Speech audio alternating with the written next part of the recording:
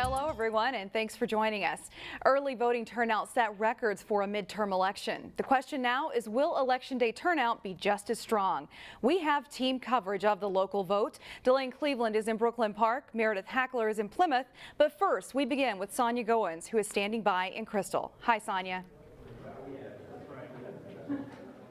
Hi, Shannon. I'm at Neal Elementary in Crystal, where there are, instead of one precinct, there are three. Officials had to make some last-minute decisions due to construction at previous polling places. They tell me that there's been a steady stream of voters coming in and out, and this is reflective of other cities in our area. You can see behind me, folks are casting their vote, but they're not only voting for city leaders, but they're also casting a vote for Congress.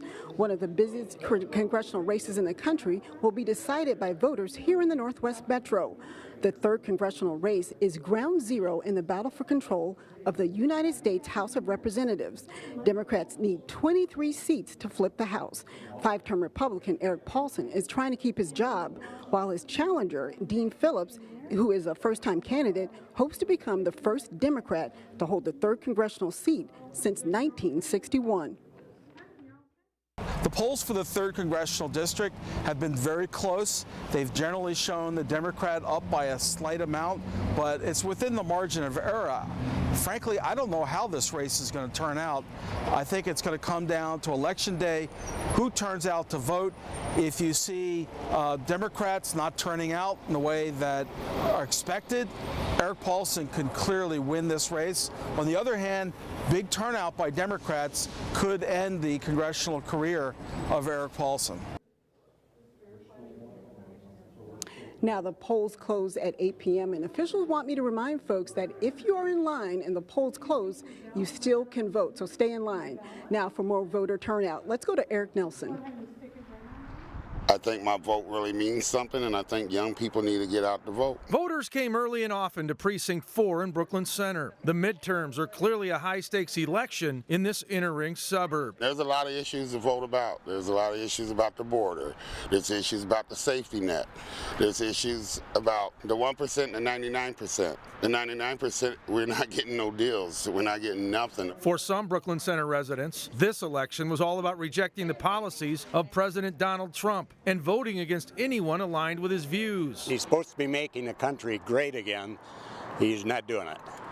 He's making a farce of the presidency. His behavior it's a bad influence for our country, for our kids. You don't want your kids going around being rude and all that. The voter turnout for this midterm has been a lot higher than I've seen. Sarah Wilkes is a Brooklyn Center election judge. I got here about 5:30 this morning, and I expect to leave probably about 10:30. Wilkes has worked every voting day since 2008 and says the turnout for this midterm resembles a presidential race. Definitely a lot more people are engaged this year than that have been for other midterm elections. People want changes, and that's why they're out voting. Meanwhile, in Osseo, I voted stickers were popular at City Hall. Well, I think it's important to vote if I want anything to change. A steady stream of people came out to cast their votes. They were lured to the polls by many issues. I really wanted to see more about gun control and that. Yeah, I think that's getting to be pretty important. This election cycle has been acrimonious and polarizing, and there has been a tidal wave of campaign advertising. My mailbox is so full of those cardboard things that I can't even get my mail out of the box. I have to take it out piece by piece. Now, we don't know yet exactly how this election is going to turn out, but we do know this. The campaign rhetoric is going to ratchet down, and all of these signs will soon be gone. On the voting trail, I'm Eric Nelson, CCX News. Thank you, Eric. Now to that Brooklyn Center mayoral race, which couldn't get much tighter than the last time the candidates faced each other. Take a look at this. This was the 2014 election results. Mayor Tim Wilson won by just 145 votes over challenger Mike Elliott. The two have a rematch this year. Wilson is bidding for a 4th term. Elliott, an immigrant from Liberia, currently serves on the Brooklyn Center Charter Commission. Besides Brooklyn Center, there's contested mayoral races in Plymouth, Maple Grove, and Brooklyn Park. Delane Cleveland is in Brooklyn Park, and he joins us now with more. Delane? Hi, Shannon. I'm at Brooklyn Park City Hall, and there's a few different races that we'll be paying attention to tonight. 3 city council races and the mayor's office are up for grabs. In the West District, incumbent Bob Maida is looking to hold on to his council seat. He's going up against Winfred Russell. The Central District will have a brand new representative after Rich Gates decided not to run for re-election. The candidates for that seat are Tanya West Hafner and Christian Erickson. And in the East District, incumbent Terry Parks is trying to hold on to his council seat. His challenger is Marta Yakovleva.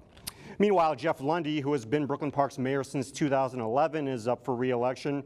He's facing off against Hollis Winston. So it's possible that we could see a very different group running the show here in Brooklyn Park.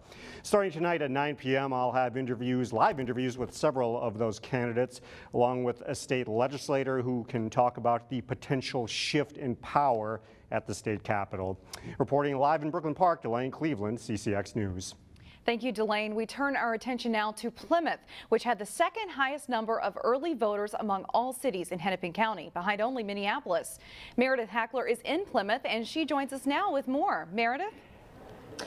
Shannon, the city of Plymouth at this time has just under 16,000 absentee votes. Now, this has been a trend within the city of Plymouth for several election cycles. And here to chat with me about how voter turnout was today is Sandy Engdahl, the city clerk of Plymouth. So how has voter turnout been today?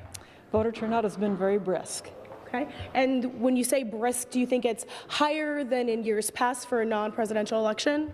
Yes, definitely. And I think it's probably going to be a little less than a presidential, but it's inching up that way. Do you feel like there is more, I guess, momentum or passion in this election than years past for a non-presidential one? Yes, definitely there is. There's a lot of interest from voters in getting out and voting and making a difference. And as I was talking about earlier, Plymouth is known for having a higher voter turnout for kind of a smaller city. Why do you feel that Plymouth voters are so inspired to come to the polls? Plymouth is just a very well-educated community. They're very civic-minded. They like to get out and exercise their right to vote, and every year they turn out.